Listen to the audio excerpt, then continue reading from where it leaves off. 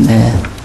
시작하십시다. 418페이지 제일 아래 보면, 아래쯤 보면 10장 21절로 29절 나옵니다. 흑암재앙이죠.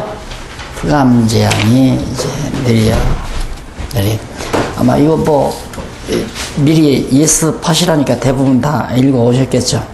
9개의 재앙이 다 끝이 났습니다. 지금까지 9재앙까지 여전히 하나님께서는 바로의 마음을 강팍해 해서 모세의 요구를 들어주지 않도록 하신다. 참, 처음에 이쪽 공부할 때는 이해가 안 가요. 하나님이 도대체 모세를 보내놓고는 또 뒤에 가서 바로의 마음을 강팍하게 또 해서 안 보내게 하고, 이제 성경 전체에 대한 윤곽을 딱 알고 나서 보니까, 아하, 이게 하나님께서 우리를 여호와로 알게 하기 위한 하나의 교육 방법이시구나. 이걸 깨닫고는 너무 참 감격을 많이 했습니다. 이제 드디어 이제 승리의 날이 오죠. 11장에서 18장까지가 3번 도전 준비도 다 끝나고 애굽에 대한 도전도 끝나고, 도전했으면 이제 승리를 해야 되잖아요. 당연히. 그래서 거기 보면 자손의 해방과 승리의 3번.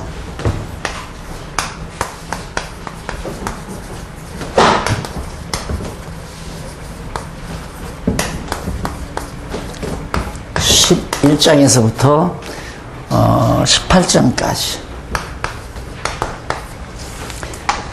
이 제목이 간단하지만은 1장에서 18장까지가 상당히 긴장, 8장이니까 긴장을 해요.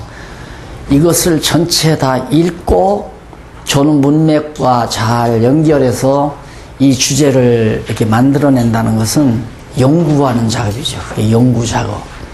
그럼 우리는 지금 이 연구의 결과를 갖다가 학습하는 장면 아니에요. 그러면 정말로 11장부터 18장까지가 언약 자손들의 애굽에서의 해방과 승리의 내용인가, 그것만 확신하면 되죠. 그러면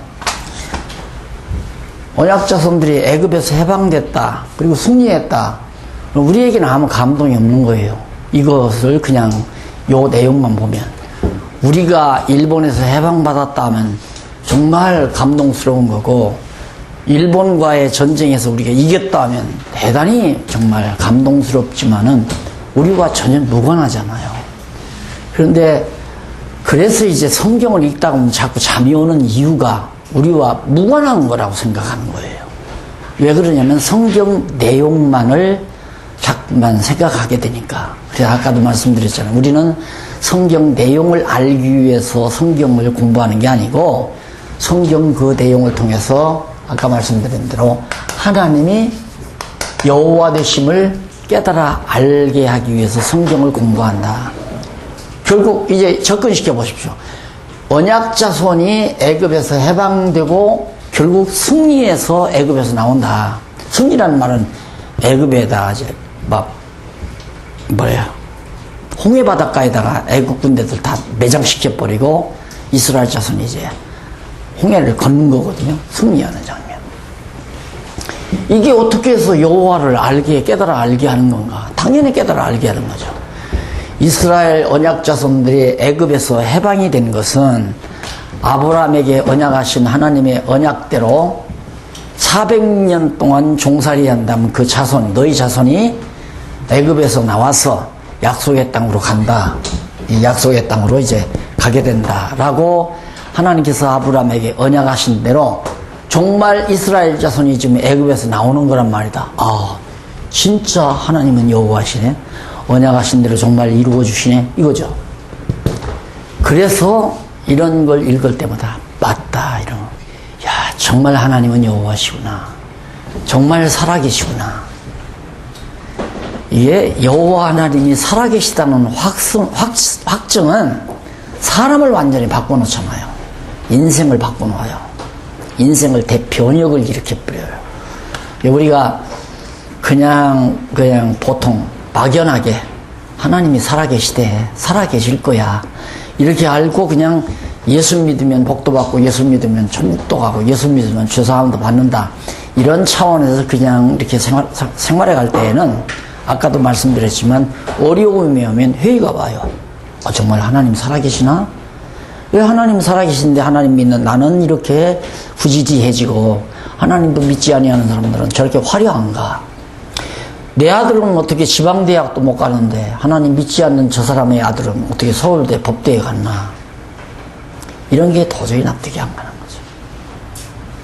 그런데 우리가 성경을 이렇게 공부하면서 야 진짜 여호와네. 여호와 하나님 살아계시구나. 언약하시면 언약대로 400년 이후에 반드시 이렇게 이루어주는구나. 이러니까 여호와 하나님이 살아계시다는 확증을 딱 받게 되면 그 다음부터는 이제 내 고집대로 살려고 안 하잖아요.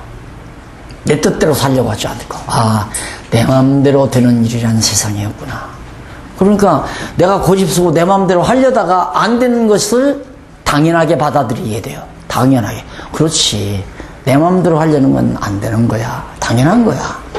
하나님 뜻대로 하나님 마음대로 되는 거지. 어떻게 내 마음대로 될 수가 있나. 그래서 이제 점점 스트레스를 조금씩 덜 받게 되잖아요. 세상 살면서. 내 얘기 한마디 하고 갑시다. 지난 주일날 밥을 먹으러 갔더니만 식당에서 이게 서빙하는 여자가 내가 목사인 줄 알아요. 목사님 60 지금 되셨어요? 그렇게 물어요. 떡사제. 그렇게 묻는 사람들이 많이 있어요. 그래서 그때는 내가 그런 얘기를 해줘. 그냥 철없이 살다 보니까 그런가 봐요. 그런데 그게 그냥 지나가는 말이 아니라 진짜 철없이 사라지더라고요. 아이고, 1000만 원이 날아가든 1억이 날아가든 별로. 날아가도 내 것이고 안 날아가도 내 것이고. 그 믿어지세요? 안 믿어지시죠? 믿어져요, 저는. 그게 믿어진단 말입니다. 그러니까 별로 욕심 부릴 것도 없고, 누가 무시해도, 우리 박 목사님 뭐 자기가 나보다 키 1cm 더 크다고 해도 전혀 그것 때문에 기죽거나 뭐 그런 것도 없고. 빨리 사과하세요. 20cm밖에 안 커요? 목사님 열대 번 써먹네. 3년 공부 맞지? 예.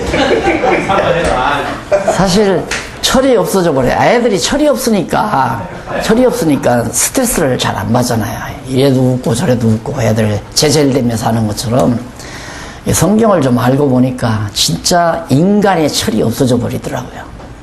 그러다 보니까 아무래도 스트레스를 덜 받게 되고, 그리고 뭐 늘 하는 일이라는 게 성경 보고 글 쓰고 성경 보고 또 연구하고 이런 일들이 내 주로 일이다 보니까 뭐 늙을 요소가 아무래도 적겠죠. 늙어져야 될 요소들이.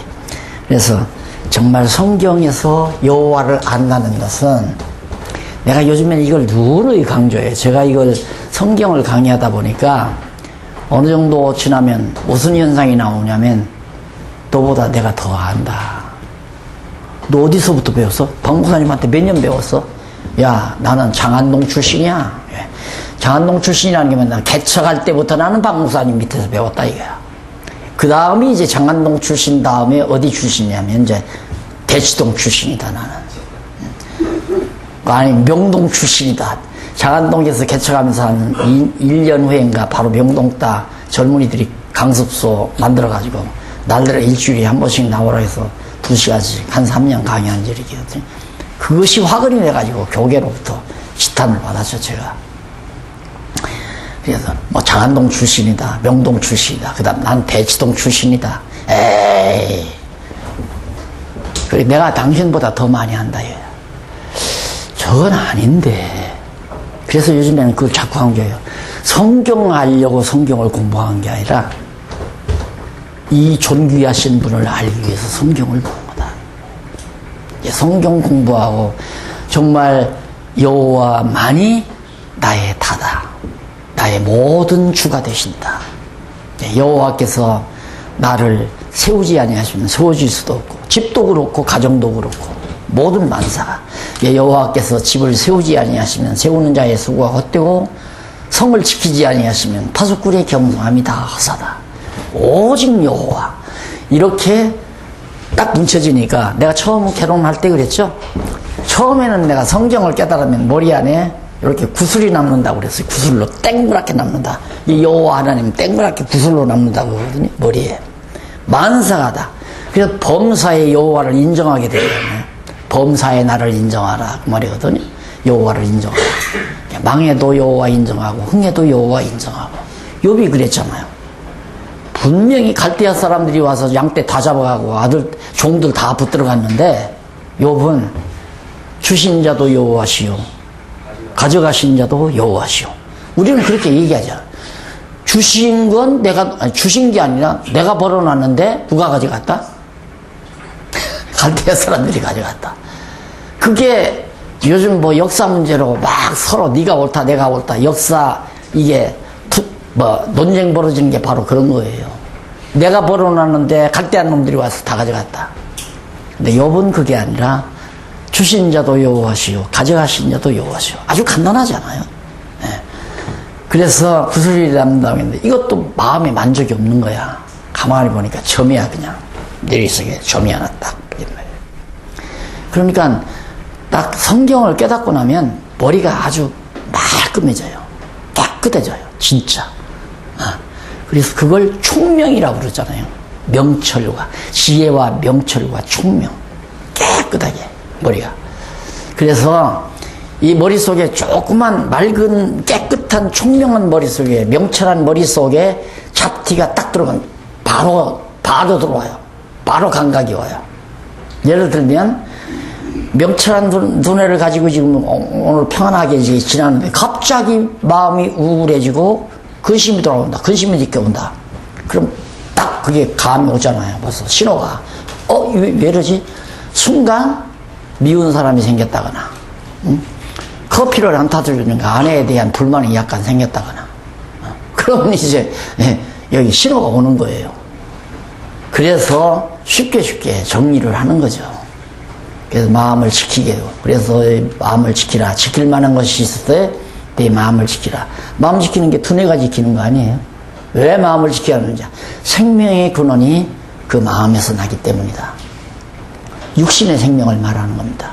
그러니까 내 마음에 싫은 음식이라든가 싫은 사람이 나온 건 싫다고 하는 말은 악하다는 말이에요. 싫으락자 아니에요? 싫으락. 그러니까 내 마음이 악하다. 싫은 사람이 있거나 싫은 음식이 있거나 싫어하는 환경이 있거나 내 마음속에 싫은 마음이 생기는 건 내 마음속에 악이 지금 들어왔다는 얘기입니다. 그럼 그것이 고도로 쌓이면 악독으로 생겨요. 악독. 저 사람 마음이 되게 악독해. 아주 독하게 악하다 이 말이죠. 그것이 이제 밖으로 퍼져나가면 외종이 되고 안으로 들어가면 내종이 되죠. 암이 되고. 그래서 보이지 아니하는 마음이지만 생명의 근원이 마음에 있어요. 그래서 항상 우리가 하나님 말씀 배워서 정말 지혜롭고 총명하게 되면 빨리 신호가 온다는 거. 근데 모르면 마음이 총명하지 못하면 뭐 지저분한 거 들어와도 뭐 당연한 거고 미워하고 뭐 싫은 놈 싫어하고 저놈 증오할 놈 증오하고 당연히 인생 그렇게 사는 거 아니야? 어물어물 그냥 살아가는 거죠. 그러다 보니까 온갖 스트레스 받고 그것이 이제 질병도 만들어내고 그것이 우리의 젊음도 다 앗아가 버리는 거고. 그래서 정말 성경을 성경대로 배워서 이렇게 딱 뇌리에 하나의 여호와 하나님 한번 딱 정으로 남아버리면 문제 다 해결되는 거 아니겠어요? 모든 문제가. 그래서 거기 보면 쪽가루 1번에 애굽에서의 해방.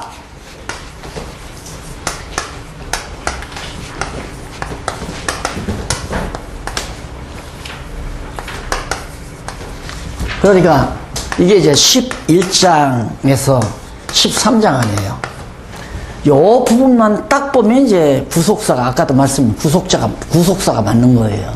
요 부분 따오면 죄악 세상에서 우리를 건져냈다. 예수 그리스도가 이것에 대한 한 모형이다. 이렇게 보는 거거든요. 이거 맞죠. 구속사가 틀린 게 아니에요. 그런데 지역적으로 맞는다 이 말이에요. 그럼 무엇 때문에 애굽에서 왜 이스라엘 자손을 해방시켰는가? 그 말은 무엇 때문에 예수님이 우리를 죄에서 건져내 주셨는가? 그 질문은 여호와께서 영원전 그리스도 안에서 언약하신 그 언약대로 이루어 주시려고. 우리를 그리스도 안에서 선택했잖아요. 하나님의 자녀로. 그러니까 그렇게 선택해 놓고 우리 구원해 줄 것을 언약했다 이 말이에요. 예수님 보내서 구원해 줄 걸. 그럼 예수님 보내서 우리를 왜 구원해 줬는가? 당신이 언약하신 대로 이루어 주시기 위해서. 그냥 언약하신 대로 왜 이루어 주는가? 하나님 여호와이심을 깨달아 알고 경외케 하려고. 결국에는 여호와로 접근되잖아요. 그러니까 구원은 여호와 하나님을 깨달아가게 알기 위한 하나의 섭리 과정에서 한 부분 나타나는 현상인데, 이걸 하나의 신학 주제로 삼고 구속사적 신학으로 성경 전체를 뚫고 나가려니까 안 떨어진다 그 말이에요. 떨어질 수가 있어야죠. 부분적인 거죠. 그러니까 여러분, 우리가 지금 공부하는 성경 신학이 구속사 신학을 배격하는 게 아니라 구속사 신학을 다 아우르는 거죠. 다 안고 들어가는 거예요. 한 부분에 지나지 않는다 하는 얘기입니다. 또 언약 성취라고 하는 것도, 그것도 뭐 성경은 언약 성취로 되어 있다. 언약 성취하면 그냥 성경 신학이라고 그렇게 생각하면 그것도 착각이에요. 성경 신학은 언약 성취 섭리 과정을 통해서 하나님이 여호와이심을 깨달아 알고 그분을 경외하며 섬기게 하려고 하는 거. 결국은 여호와 계시다 이 말이에요. 여호와 계시. 여호와를 계시하려는 것이 성경의 가장 근본 목적이다. 그러니까 얼마나 성경이 쉬워요. 모든 창세기부터 요한계시록까지 전체 모든 66권 내용 자체가 결국에는 우리로 하여금 여호와 살아계심과 그가 하나님 전능자 여호와이심을 깨달아 알고 경외케 하는 목적으로, 계시할 목적으로 우리에게 성경을 주신 것이다. 그 나머지는 전부 한 부분적인 사건에 불과한 것이다. 자, 넘어가서 양쪽 가로 1번. 여기 보면 최후 도전의 예고.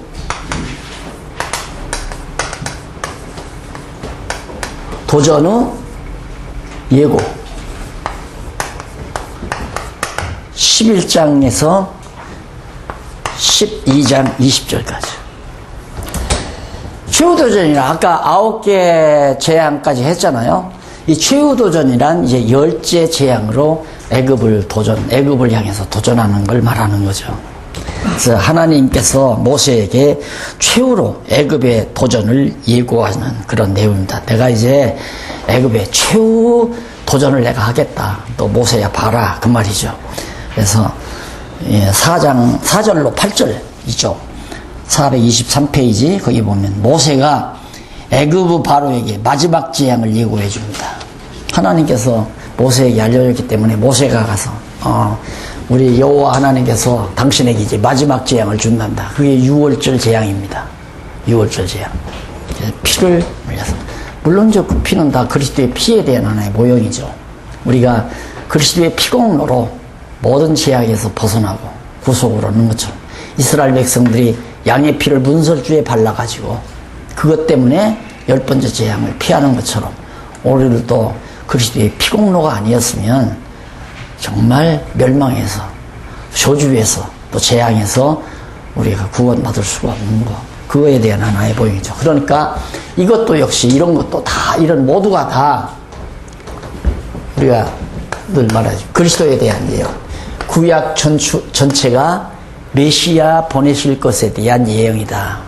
자손의 해방 승리도, 애굽에서의 해방도, 최후의 도전 예고도 모두가 다 예수 그리스도 메시아를 보내실 것을 언약하는 언약의 말씀이다. 이미 그건 다 기본적으로 깔고 우리가 지금 강의를 해나가잖아요.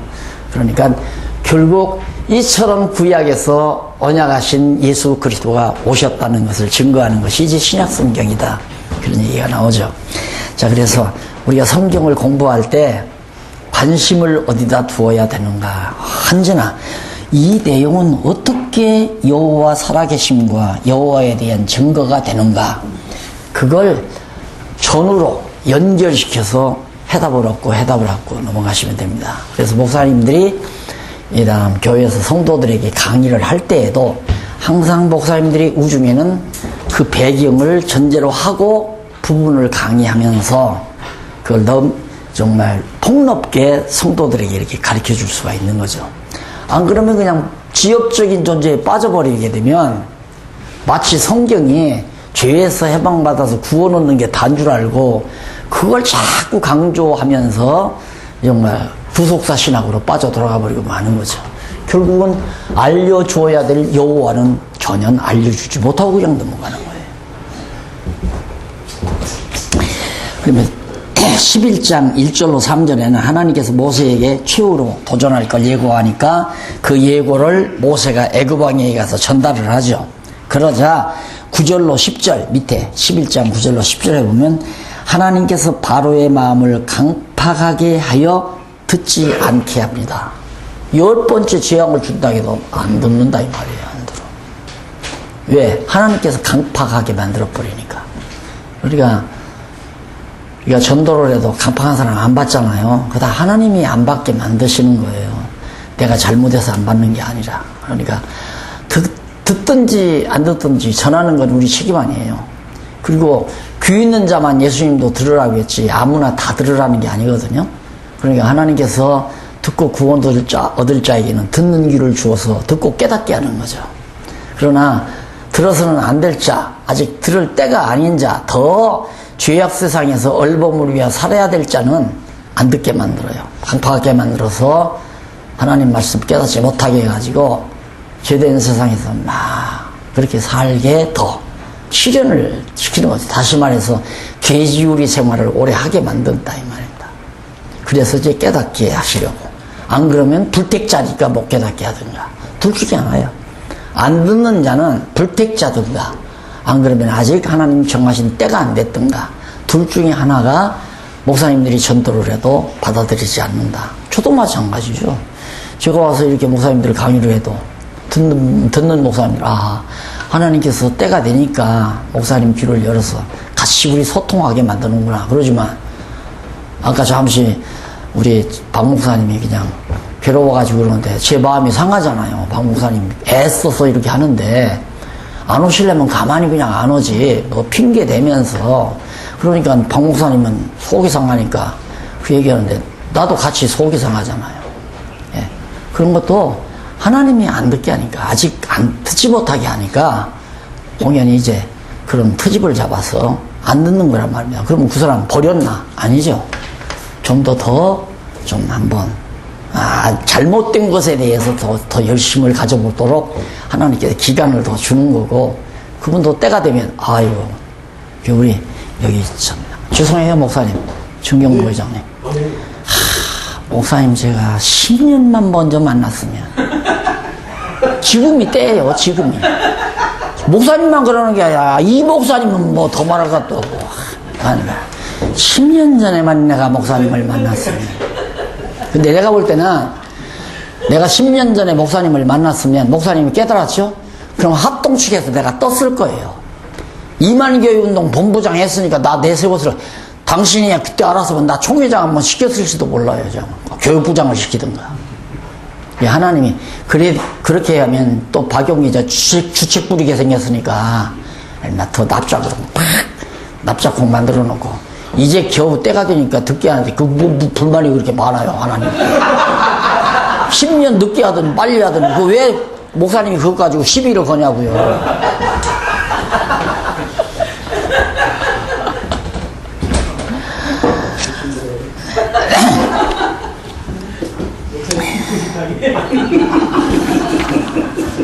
그러니까 이 문장을 만드는 것도 보세요. 이게 얼마나 내가 일일이 다 내 손으로 컴퓨터를 한 거예요. 다 내 손으로. 그러니까 하나님께서 바로의 마음을 강팍하게 하여 거기가 개자 하나 들어갔죠? 피동사예요. 강팍하게 하여 듣지 않게 하심. 개자를 2번이나 넣었잖아요. 하나님 주권이다 이 말이에요. 그러니까 문장 하나하나 속에도 완전히 하나님의 주권을 강하게 내세우는 문장으로 머리 많이 썼습니다. 그래도 머리가 아니었잖아요. 희지 않았지 별로. 왜? 깨달으면서 하니까 이게 안 깨달아지고 막 괴로워하고 엉부림쳐서 벌써 머리 허옇죠. 근데 깨달으면 즐겁고 평안하고 확신이 오고 기쁘고 마음의 평강이 이루어지고. 그래서 목사님들 지금 맛을 보신 분은 아까 어느 목사님 그러더라고요. 목사님 이제 제가 제 눈에 보입니다. 그래서 눈 뜨셨구만요. 네. 하나님께서 눈으로 보게 하고 귀로 듣게 하고, 그게 하나님이 하시는 일 아니에요. 그런 얘기 들으면 피곤이 싹 사라지죠. 그런 얘기 들으면. 이게 내가 지난번에도 했지만, 어떻게 보면 목사님들은 이거 봐, 아주 열심히 공부를 하면서 정말 듣고 즐거워하시는 분들이 있기 때문에 피곤이 잘 사라지는 거예요. 이렇게 가서 이제 하면 저녁에 피곤하려다가도 저 지방 같은 데서 와요. 목사님 너무너무 행복해요. 이 말 들으면 목사님이 나 맛있는 음식 사준 것보다 더 좋다니까. 네. 자, 결국 강팍하게 하여 듣지 않게 하심. 하나님께서 12장 1절로 14절에 보면 회중에게 어린 양의 피를 문설주에 바르라고 명령하십니다. 그러니까 바로의 마음을 강팍하게 해서 못 나간다. 10번째 제약인데 못 나간다. 안 된다. 그러니까 하나님께서는 모세를 통해서 모든 이스라엘 백성, 그때는 회중이라고 그러죠. 백성들에는 회중, 모인 자들이니까 회중 모든 이스라엘 언약 자손들에게 다 비밀이죠. 그러니까 그들에게는 일러줘요. 양 한 마리를 잡아서, 6월절 어린 양 아닙니까? 양 한 마리를 잡아서 피를 다 문설주에 바르고 그 고기를 구워서 나갈 준비하고 전부 이제 탈출할 준비 다 하고 그 구워서 먹으라 일러줬어요. 이거 모세가 그 말씀 듣고 백성들이 회중에 한 대로 회중들이 그대로 했을 거 아닙니까? 아니나 다를까 합니다.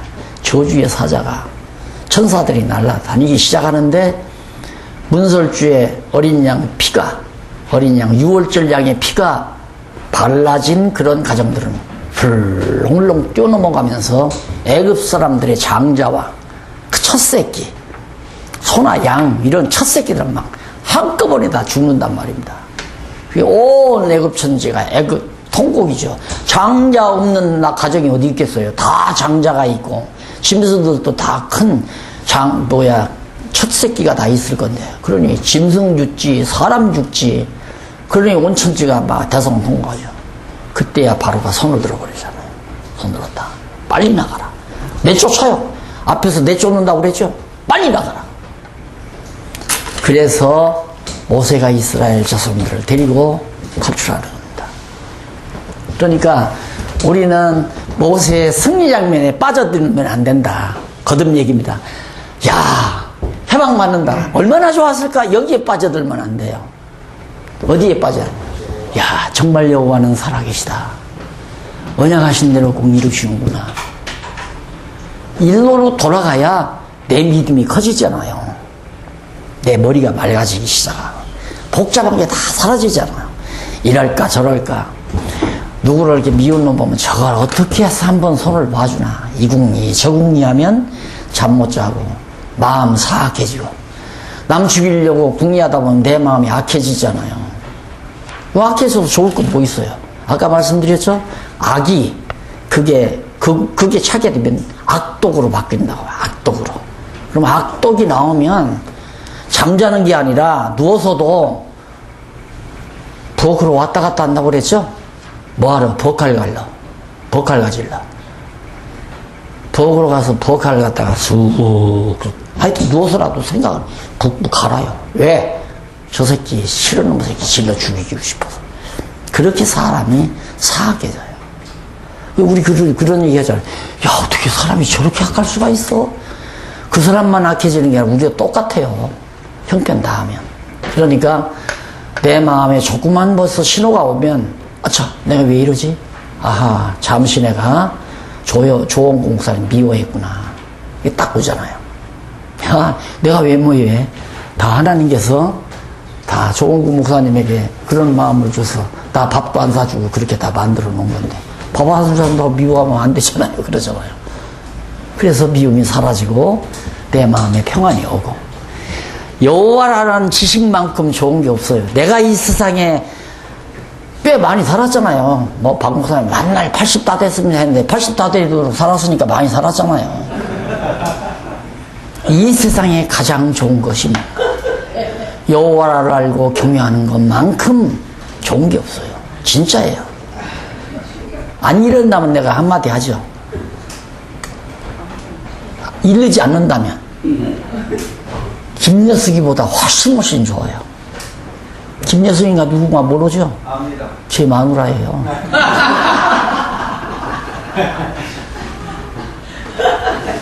좋은 분하고 결혼하시니까. 에? 좋은 분하고 결혼하셨다. 암만 좋은 분하고 결혼했을 때 알고 보니까 덜 좋더라니까. 여호와 하는 것보다 훨씬 덜 좋아. 뭐 비교가 안 돼. 솔직히 비교가 안 돼. 도움이 안 된다니까 때로는.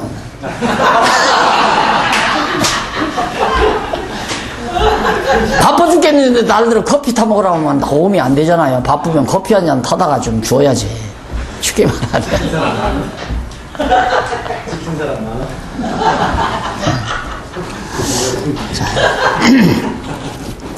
그래서 이제 승리하고 나오는데 12장 15절로부터 20절까지 보면 426페이지죠. 회중에게 7일 동안 무교절을 먹으라고 명령을 합니다. 이게 무교절이 결국에는 6월절이죠. 아까 설명한 6월절 절기를 지키라. 왜 지키라? 애굽 땅 종되었던 집에서 인도하여 내신 여호와 이 하나님 여호와를 잊어버리지 않게 하기 위해서. 율법이 다 그겁니다. 모든 율법이 다. 절기도 율법 아니에요? 월삭도 율법이고 계명도 율법이고 법도도 율법이고 규례도 율법이고 다 율법인데 모든 율법이 여호와 하나님이 잊어버리지 않고 기억하게 하려고. 그러니까 6월절 이 무교절은 누룩 없는 떡을 먹는 거죠. 일반적으로는 다 누룩을 넣어서 떡을 만들어 먹어요. 이 전병이라고 여기 있잖아요. 유대인들 먹는 이게 우리나라 피자에 채소만 안 들어간 그런 게 이제 무교병인데 그 이스라엘에서 직접 사서 보냈더라고요. 그래서 이만큼 아마 전시실에 아마 있을 거예요. 근데 그건 그냥 밀가루만 저기를 안 넣고 누룩을 넣지 이스트를 넣지 않고 그냥 굽는 겁니다. 그러면 아이들이 그다음 이제 이스라엘 자손들이 이렇게 살 때 생활할 때 6월절이 돌아왔어요. 무교절이 돌아오니까 부모들은 아니까 그날은 누룩 없이 이제 전병을 만들 거 아닙니까? 그럼 큰아는 아이들이 아빠, 엄마 왜 오늘 오늘 그 전병은 이렇게 이스트가 안 들어갔어? 그러면 이제 그때 가르치는 거예요. 오늘 이렇게 누룩 없는 떡을 먹는 이유는 멧돼지 할아버지께서 할아버지 후손들이 애굽에 가서 400년 종살이 했단다. 근데 그 할아버지에게 400년 종살이 하면 다 여기서 끌어나와서 우리가 살고 있는 이 땅에 다시 돌아와가지고 이 땅 준다고 하나님 여호와께서 약속을 하셨는데 400년이 찼는데 바로왕이라고는 애굽 왕이 안 맞아가지고 막 재앙을 10가지나 내렸는데 마지막 재앙에서 이렇게 막 하나님께서 문설주에 피 바르라고 하고 떡에다가 누룩 넣지 말고 그냥 해서 먹으라. 무교병. 그래서 무교병을 먹게 되는 거다. 오늘이 바로 그날이란다. 역사를 배우잖아요. 그게 이스라엘 민족의 역사면서도 그게 성경이에요. 그러니까 신명기에 가보면 너희는 너희 자녀들에게 여호와 경외하기를 가르치라. 그러니까 교회가 어린 자녀들을 가르치는 건 첫째가 부모가 가르쳐야 돼요. 근데 우리 한국교회가 뭘 놓쳤느냐면 가정교회를 놓친 거예요. 나 그때만 해도 가정교회가 살았었어요. 그때는 또 그 생활 문화가 그럴 수밖에 없는 농경 문화니까 저녁 때 딱 되면 가족이 다 들었잖아요. 그리고 막 한 집에서 막 자녀들이 우글우글 다 같이 살고 아버지가 일터 마치고 딱 돌아오면 저녁상 딱 막 먹고 물려놓으면 저 어머니가 다 갖다 설거지하고 그리고 들으면 얘들아 건너오너라 가정예배 드리자 이거예요. 매일같이. 그럼 오늘은 아무개가 기도해라. 오늘은 어머님이 좀 기도해. 할머니 살아있다. 할머니 어머님께서 좀 기도 좀 하시죠. 이러면서 돌아가면서 기도시키고 아버지가 성경 펴놓고 하나하나 읽어주고 이제 건강하게 하나님께 기도드렸으니까 평안히 가서 자거라. 그런 환경에서 제가 자랐단 말입니다. 그러니까 오붓하게 자녀들이 다 신앙으로 크죠. 지금은 그게 아니잖아요. 야, 너 내 시험부잖아? 학원 가, 너. 교회 학교 가라고 안 해요. 너는 오늘은 학원 가라. 학원 가서 시험 준비해라. 가정교회가 살아나지 않으니까. 그러니까 장로 된 사람도 자식들이 교회 안 나오는 사람이 부지기 쓰고, 권사 된 사람도 자식들이 교회 안 나오는 사람이 부지기 쓰라. 그럼 자식 안 나오는 사람 장로 안 시키고 권사 안 시키면 시킬 사람이 없어, 지금은. 거의. 그러니 교회가 되겠어요. 그래서 빨리 이 가정교회도 회복이 돼야 되는데, 이놈의 생활 문화가 아들 시간 다르지, 딸 시간 들어오는 시간이 다 각자 다르지. 그거 다 맞춰서 하려면 아버지가 꼬박 12시 가까이까지 기다려야 돼. 기다려서 다 학원 갔다 오는 놈, 뭐 피아노 학원 갔다 오는 놈 다 해서 아직 자지 마라. 12시에 예배 드릴 테니까, 가정 예배 드릴 테니까 12시에 자지 마. 못 자게 해놓고 해야만이 되니까 못하는 거예요, 지금.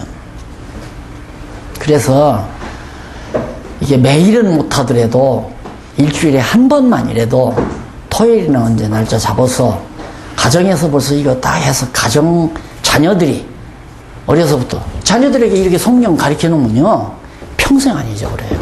평생. 내가 해봤는데 안 잊어버려요. 그게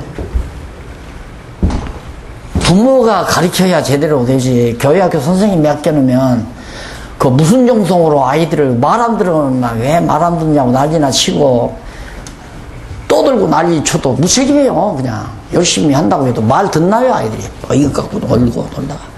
그러니까 조용하게 하려고 과자나 사서 주고 어디 데리고 나가서 춤이나 추게 하고 노래나 부르게 만들고 오락이나 즐기게 하고 그래가지고 교회가 되나요? 유대인들은 지금도 철저히 가정교육입니다. 그때 가서 보니까 어려서부터 막 철저하게 토라 창세기부터 신명기서까지 달달달달달달달 그거 외우게 만들어요, 전부 다. 그러니까 저민족 정신이 이 유대인들의 저 정신이 지금도 그냥 아직도 변함없이 살아있잖아요. 그래서 정말 이 무교병 이거 먹고 이걸 유월절 지키라고 한 것이 여호와 하나님 잊어버리지 않고, 여러분 출애굽기 이제 20장에 가면 율법을 주기 전에 그 주는 이유를 앞에서 말을 해요. 역시 마찬가지예요. 애굽 땅 종되었던 집에서 인도하여 내신 여호와 하나님을 기억하게 하기 위해서 율법을 줘요. 얘는 설명했죠? 다. 율법 보면 정죄의 기능, 사죄의 기능, 이 두 기능이에요. 율법이. 정죄 기능은 계명과 율례죠. 계명, 율례. 원래 계명은 율례의 모법이에요.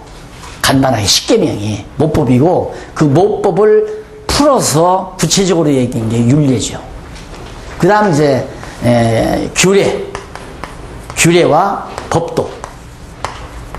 이건 사죄 규례고 사죄. 그래서 여기 율례는 정죄 기능이고 규례는 사죄 기능이고 규례는 사죄 기능이고 율례와 규례를 대표한 모법이 계명이고 이렇게 돼 있어요. 율법이라는 게. 그러면 율례에 의해서 죄인이 돼요. 남의 소를 내가 도둑질했다. 그럼 율례에 그게 죄인이 되는 거예요. 그럼 정죄를 받아 죄를 용서받으려면 규례에 따라 하나님 앞에 와서 속죄 제사를 드려야 돼요. 그럼 이건 정죄를 하는 기능을 가지고 있고 규례는 짐승 잡아서 제사 드림으로 용서받는 기능을 가지고 있고, 그러면 지난번에도 말했지만 죄를 안 졌다. 그러면 제사 드리러 성전에 올 필요가 없잖아요. 여기가 여호와의 이름을 여기 지성소에다 뒀는데 백성들이 죄를 안 지면 성전에 올 이유가 없어요. 뭐 사죄 속지 받을 게 없는데 뭐하러 성전에 오겠어요. 그런데 만약에 여기 제단인데 이 제단에서 재물이 타는 연기가 하늘로 계속 솟아 올라야 되거든요. 그 재물이 타는 연기가 올라가야 되는데 백성들이 죄를 안 짓고 살면 제사 지내러 안 올 거 아니에요. 재물도 안 오고. 그러면 연기가 타오를 이유가 없죠. 그럼 그건 안 돼요. 계속 타올라야 돼요. 타오르려면 백성들이 죄를 범해야 되잖아요. 죄를 범하면 양을 가지고 여기 와야 한단 말입니다. 여기 와서 양에다가 자기 죄를 다 전가시켜가지고 제사장이 사지를 벌려가지고 칼로 찔러서 피 빼가지고 와서 성소에다 뿌리고 여기다도 다 뿌리고 피를 뿌리고 그리고 여기를 불질러서 다 태운다 이 말입니다. 그러면 죄인이 여기 와서 딱 볼 때 여기에 뭐가 있느냐? 여호와의 이름을 두신 것이에요. 이 지성소라는 게 법궤 안에 여호와의 이름을 여기 두었단 말입니다.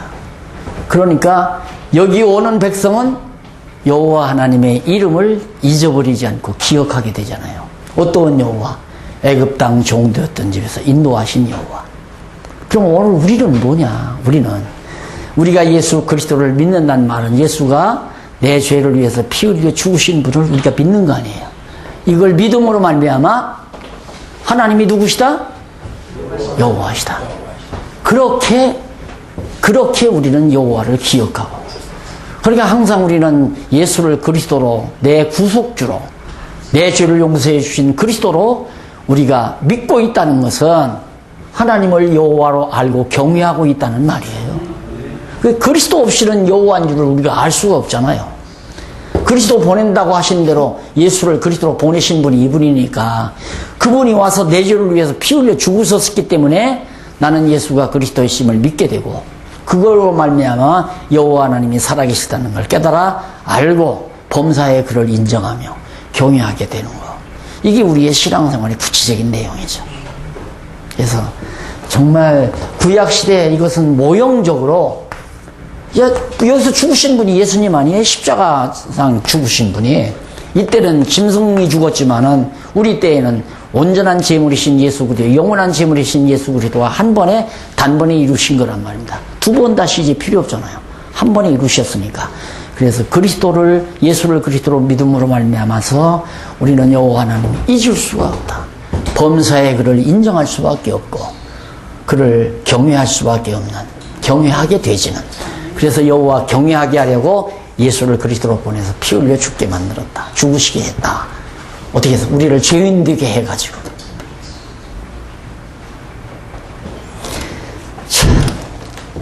그 다음 최후 재앙과 해방입니다. 12장 21절로 51절에 보면 최후의 재앙이 내려요.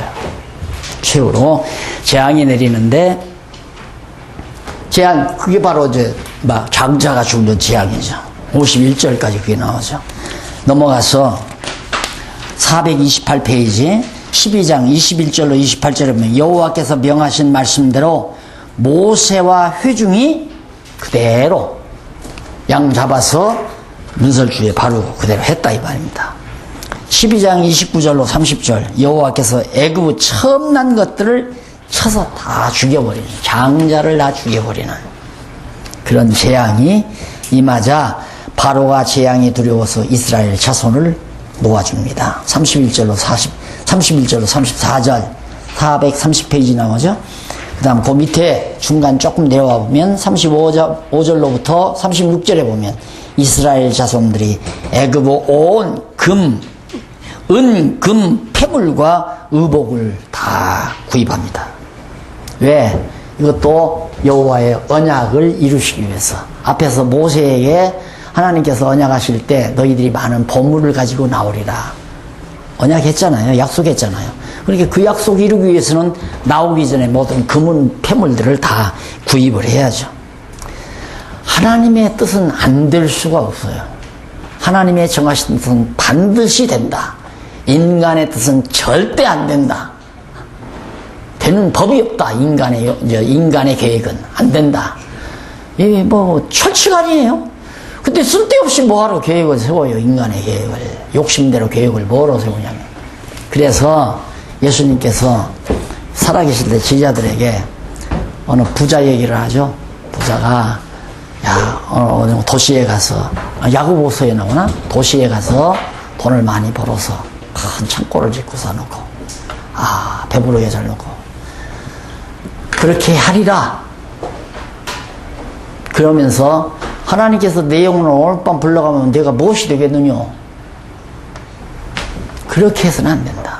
내가 계획을 다 세워서 내가 행복하게 잘 할 것이다. 이게 아니라 하나님의 뜻이면 잘 살 수도 있고 하나님의 뜻이면 못 살 수도 있고 그러니까 이것도 하고 하나님의 뜻이면 이것도 하고 저것도 하리라 해라 그 말이에요. 하나님의 뜻이면 이거 할 겁니다. 하나님의 뜻이 아니면 이거 안 할 겁니다. 이렇게 우리가 살아야지. 그러니까 성경에 보면 예 하면 예 하고 예 하면 예 하고 아니라면 아니라 하라. 그 말이 뭐냐면 이건 하나님의 뜻입니다 하면 예 하고 하나님의 뜻이 아니면 아니라 하라 이 말이에요. 그리고 우리는 성경을 알면 하나님의 뜻인지 아닌지 알 수 있잖아요. 그러면 성경에 없는 그런 일이라면 아니요 해야죠. 성경에 있는 말씀이라면 예 맞습니다 그렇게 해야 되고 그래서 예 하고 아니라 하라 이런 말씀도 다 언약과 관계가 있는 얘기예요. 아주 밀접한 관계가 있는 얘기죠. 하나님께서 다 애굽에서 이스라엘 자손들 구출해낸다고 아브라함에게 언약하신 대로 그대로 이루어가는 거다. 그래서 여기 이스라엘 자손을 놓아주는 일이나 자손들이 애굽에 온 금은 폐물을 구입하는 일이나 이스라엘 자손이 430년 만에 애굽에서 나온다. 431페이지 나오죠? 자, 여기 보면 아브라함이 하나님께서 아브라함에게 언약할 때는 400년이라고 해서 400년 만에 나온다. 근데 왜 여기는 430년이냐? 이것 가지고 또 트집이라 자유주의 신학자들이. 근데 처음에 하나님께서 아브라함에게 말할 때는 400년 종살이 하고 400년 만에 나온다고 그래요. 400년 동안 종살이 한다 이거예요. 그러면 여기 430년은 요셉이 살아있는 동안에 종살이 했어요 안 했어요? 안 했어요. 대우 받았어요. 국빈 대우 받았다니까. 왕의 타고 다니는 거 버려가지고 그것 타고 야곱이 애굽으로 데려간 거 아니에요. 초청 이민을 받아가지고 가서 요셉이 살아있는 동안에는 종살이 안 했어요. 요셉이 죽은 다음 요셉이 알지 못하는 바로가 들어서서부터 이제 노예로 부린 거죠.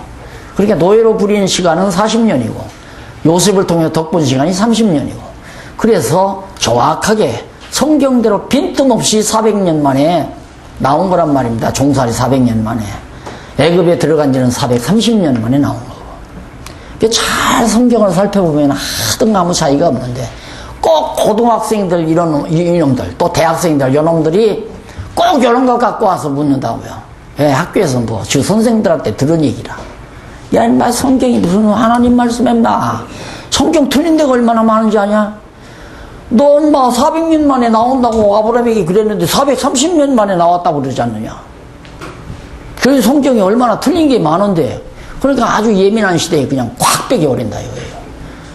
그러면 집사님들이라든가 교사들이라든가 목사님들이 그거 모르는 소리 하지 말아라. 종살이한 기간이 400년이고 30년은 국빈 대우 받으면서 산 시간이다. 그렇네요? 그 다음부터는 이제 선생 말 웃기는 걸로 알아듣는 거죠. 그래서 빨리 예민한 시대에 목사님들이 학생들, 젊은 사람들 하여튼 특별 시간 많이 가주셔야 될 것 같아요. 내가 볼 때는 빨리. 그래서 젊은이들을 살아 움직이게 하고 자녀들 일주일에 한 번이라도 모아서 직접 목사님들이 말씀을 깨닫고 목사님들이 직접 말씀을 지도해서 한국교회가 이거 계대가 이어지는 교회로 되어줘야지. 이렇게 나이들만 드신 분들만 남아있다가 다 세상 떠버리면 다 문 닫아 거는 거 아니겠어요? 12장 43절로 48절 여호와께서 모세에게 유월절 규례를 가르쳐줍니다. 아까 유월절 무교절이라고 그랬죠? 누룩 없는 떡 먹는 절기라서 무교절이라고. 유월절은 뛰어넘는다고 해서 유월절이라고. 그래서 유월절과 무교절은 같은 뜻이에요. 그러니까 이것을 정식으로 이제 절기로 하나님께서 명령하는 거예요. 그것도 역시 아까도 말했습니다. 여호와 하나님 잊어버리지 않게 하기 위해서. 모든 성경이 다 그래요. 창세기부터 요한계시록까지 이게 전부가 다 여호와 하나님 잊어버리지 않게. 얼마나 간단해요, 성경이. 그리고 12장 49절로 51절에 보면 회중이 하나님의 명령대로 행하여 애굽에서 쫙 나오게 됩니다.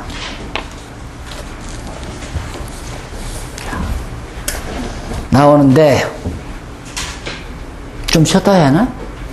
예? 좀 쉬었다 하십시다.